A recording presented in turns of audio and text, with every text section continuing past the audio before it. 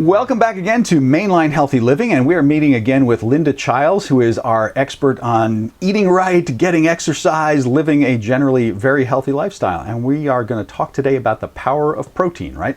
Absolutely, Mark. So, where should we begin? I probably don't get enough protein the way a lot of people don't, but what is the power of protein? Well, first, let's just start off by talking about kind of like balanced nutrition. Yeah. Right. So there are really three considerations. We have protein, carbohydrates, and fats. Right. Okay. So our bodies need all three of those. All of them, right. All of them. You can't just go exclusive. But you look at some diets sometimes and They're pretty they'll extreme. yield one direction or another. But that's right. And they'll cast one of the three as the evil of the month, right? Exactly. Evil is fat, Exactly. carbohydrate, no carb diet, right? Right. But it'd be kind of like a no gasoline car Exactly. run, Oxygen is bad. Let's just remove it. Yeah, exactly. Yeah, exactly. no. So we need balance. we need balance. And when you look at protein, right? So you might say, well, what is protein? Really, protein is our building blocks of protein are amino acids. Okay. The good news is we actually produce 11 of those amino acids that we need. Okay. Okay.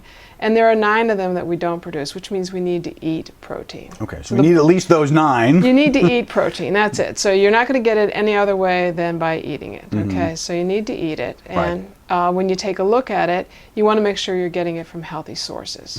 Okay.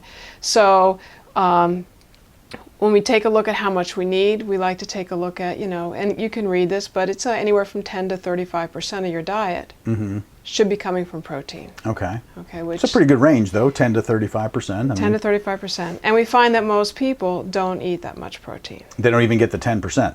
No. Wow. No. So Okay. protein is not a big, it's not as big in the American diet as you might think. So is that why there's so much concentration on the carbs? Because basically we're eating way too much of them, and We so tend it's the to eat easy a lot target? more carbs. Absolutely. Absolutely. But protein also is something you need all day. Right. Okay, so we talk about balance. It's not like, okay, I'm going to eat my protein at dinner and I'll not eat it at breakfast or lunch or snack. You really need it throughout the day. Right. So we want to get yourself that much protein. You want to have it throughout the day.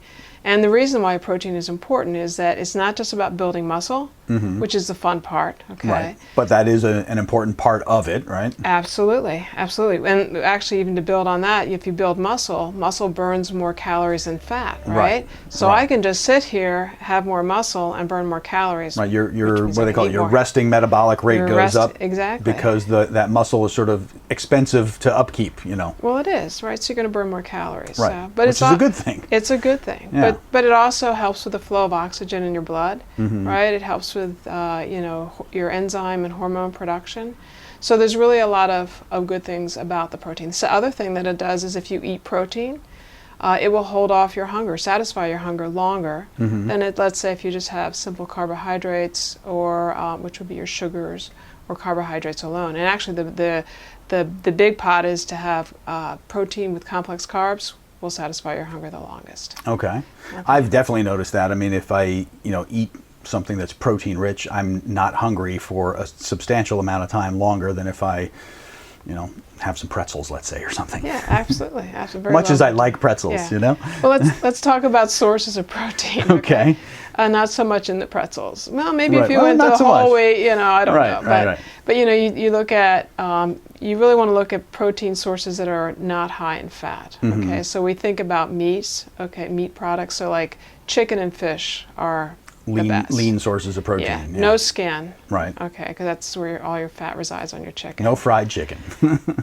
I would not recommend fried chicken. Right. Okay, yeah. So you want it baked or broiled, okay? And then your green leafy vegetables are a source of protein. Soy is a great source of protein. So you have your beans, your nuts, your seeds. Dairy is a good source of protein, your eggs. So you can get protein from a lot of different sources, right? So, and again, you want to pick and choose, but really start the beginning of the day, and every meal you eat have some protein in it. Okay, so we talked about how much you need, which we said anywhere from 10 to 35%. Right. Personally, I target around 30%. Okay, and I don't every day measure it, but I now have a pretty good feel for You that. have a sense of what your meal plan Right. is, you know. Yeah. And so for myself, when I started doing that, increasing my protein and balancing my nutrition, I found that I started putting on muscle. I started, so I kind of shrunk a little bit, and then I started gaining weight, but no inches. Right. Right? And it's all muscle. Right, because it's denser, right? I mean, so you have Yeah. greater density, but not girth. No, it was a really pleasant gift. But when you want to take a look at how much protein you're eating, there's really only one way to know. Which is Tracking. tracking your what you're eating. Tracking what you're eating. Right, absolutely. Now, most people, many people don't even consider that. But there's a lot of things in life that you track when you when you want to do something different. How do you know that you're doing it right? Right, exactly. So, under the assumption that everybody watching this has access to the internet, Right. I'm saying Pretty safe bet. Yeah, thank you. So there are lots of tools out there that make it really easy. Absolutely. And I would challenge everyone to, at least for one day, track your protein. Right, and if you're a smartphone kind of person, which many of our audience obviously are, there are all kinds of free apps that are and you can try different ones. They're very convenient. You can scan barcodes right with it, and it pulls all the nutrition info in. They're free, most of them. Absolutely. They have premium versions if you want those as well, but you can get them to integrate with other fun things like activity trackers and whatnot. Absolutely. And as you start looking into other protein sources, you're going to find like healthy meal shakes out there, all kinds of different products out there to help you, supplement your protein in a great way. So you want to make sure that you're getting enough. Know that you need it. Make sure that you're getting enough. Right. Know what the sources are, and then just try it. See what happens. Go for a week and really get the protein in your diet that you need, and you'll see your body start to take a new shape.